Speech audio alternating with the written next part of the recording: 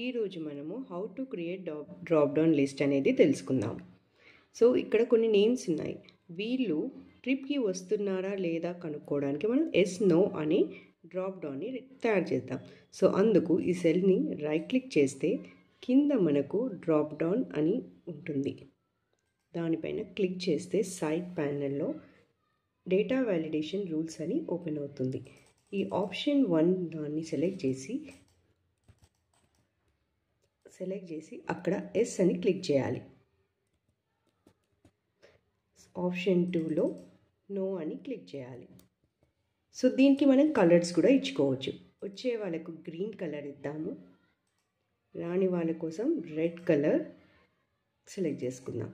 So ఇప్పుడు ఇక్కడ కింద డన్ అని క్లిక్ చేస్తే మనకు ఇక్కడ డ్రాప్ డౌన్ లిస్ట్ రెడీ అయింది.